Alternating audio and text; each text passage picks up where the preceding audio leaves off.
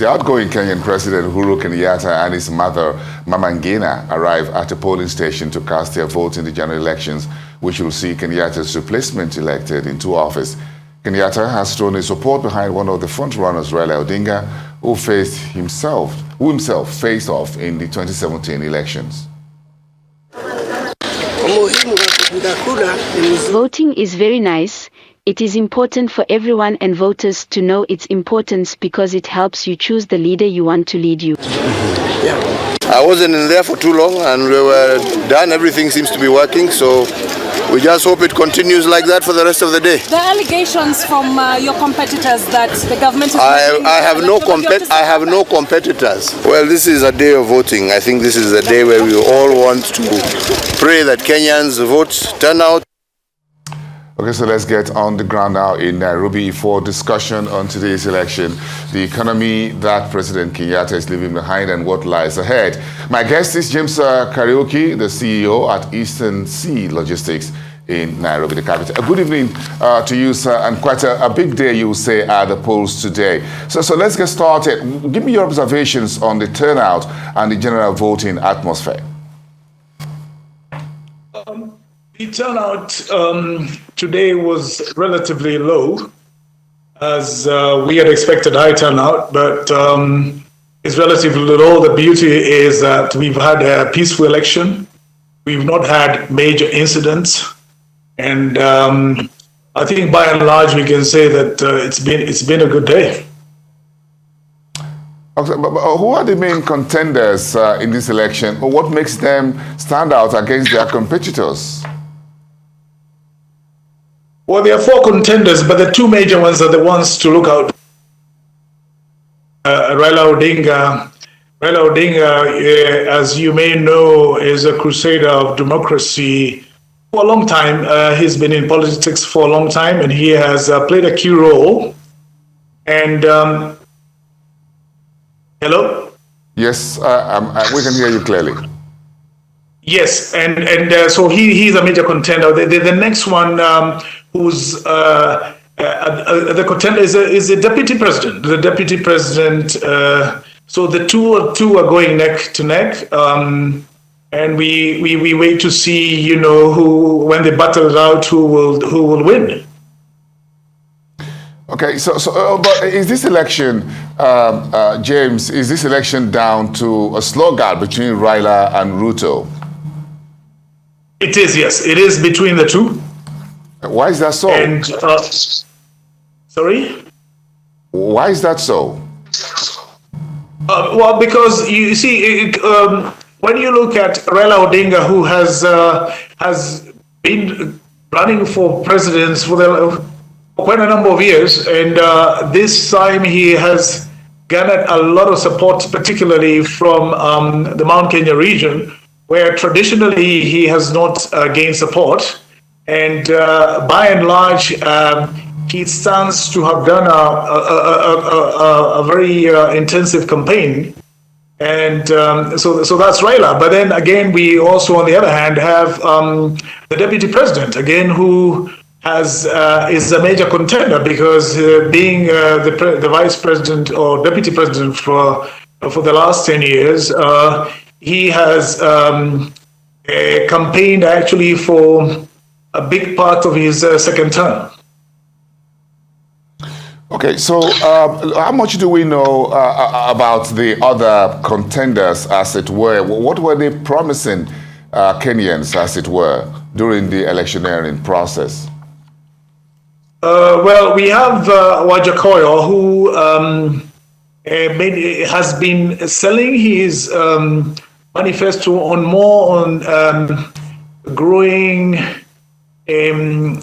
drugs for medical purpose, but obviously that has sometimes been misconstrued to certain quarters that those are drugs for people to consume. So he has sort of have mixed reaction to many people because one doesn't really know which side he is, whether he's serious enough to actually win this election. Okay, you are in the logistics business, James, so I'm sure you're in the business community. What do the business and investment community in Kenya, what do you folks want and why from the next administration, or who becomes the next president of Kenya?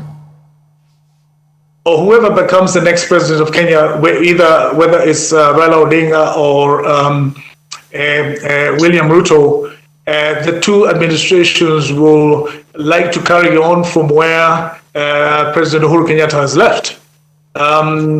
You've been following Kenya closely. President Uhuru Kenyatta is known for a good legacy right now because of the infrastructure he has concentrated on since he took office, and the two would come and build upon that.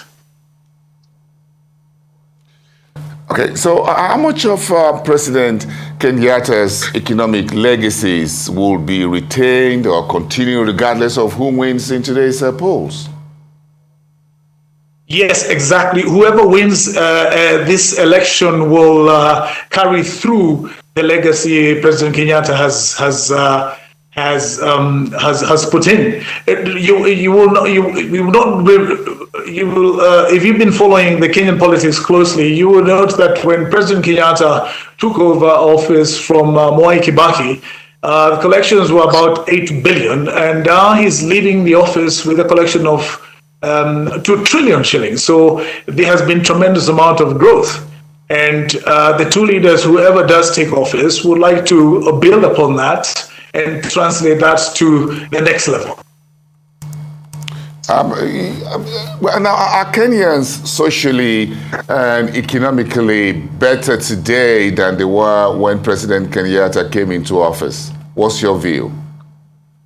My view is that's a question where you need to look at it in different ways. Do people have more money in their pockets?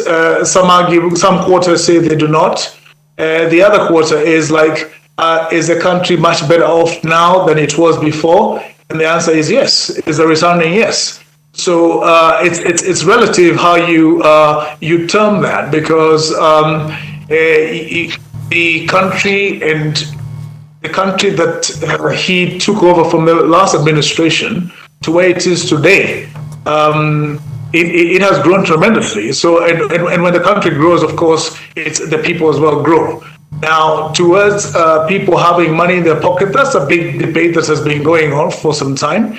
And but don't forget that when the Uhuru Kenyatta took over in 2013, the country was riddled with quite a number of challenges. We had the terrorist attacks that actually took the first two years. He had to battle with that, but then we still moved along, and then now we had to battle again with COVID-19. And then now with what has been happening in Ukraine, again, government has come in to cushion and see how they can intervene in ensuring that the Kenyan people still continue their livelihoods without really having devastating effects on their actual livelihoods. I just want to ask this: what ordinary Kenyans want from this election? What do they really want? I think what Kenyans want is peace. People want this election done with and people go back to work. Kenyans are hardworking people. Kenyans would not want to go back to disputed elections where we have back to court and having another elections. What people want to do is get over and done with the elections and continue with their livelihoods. And how important is a smooth presidential transition election in Kenya to the entire East African economic and business region? Your country, Kenya, is the largest economy east of the continent. Oh yes, I think being in as a leading country in East Africa, Kenya plays a very big part And Kenya's foreign affairs and what President Uhuru Kenyatta has been doing in that front is bringing to the fore that community, building upon the communities such that the communities is large, such we can have a larger economy. You will note that Southern Sudan joined East African Community. Now we have the Republic of Congo joining in. And these are positive, very positive to the country going forward. And the administration that will come in will try and ensure that Kenya still becomes a leader within this region. All right, we know the voting has closed, and then everyone's waiting, both in Kenya and around the world, watching very keenly today's elections. Thank you so much. We'll try to find out who is the winner of this presidential election. Thank you for your time tonight, and do have a wonderful evening. It's been a long day for you, James Kariuki, CEO at Eastern Sea Logistics in Nairobi. Thank you very much for coming through.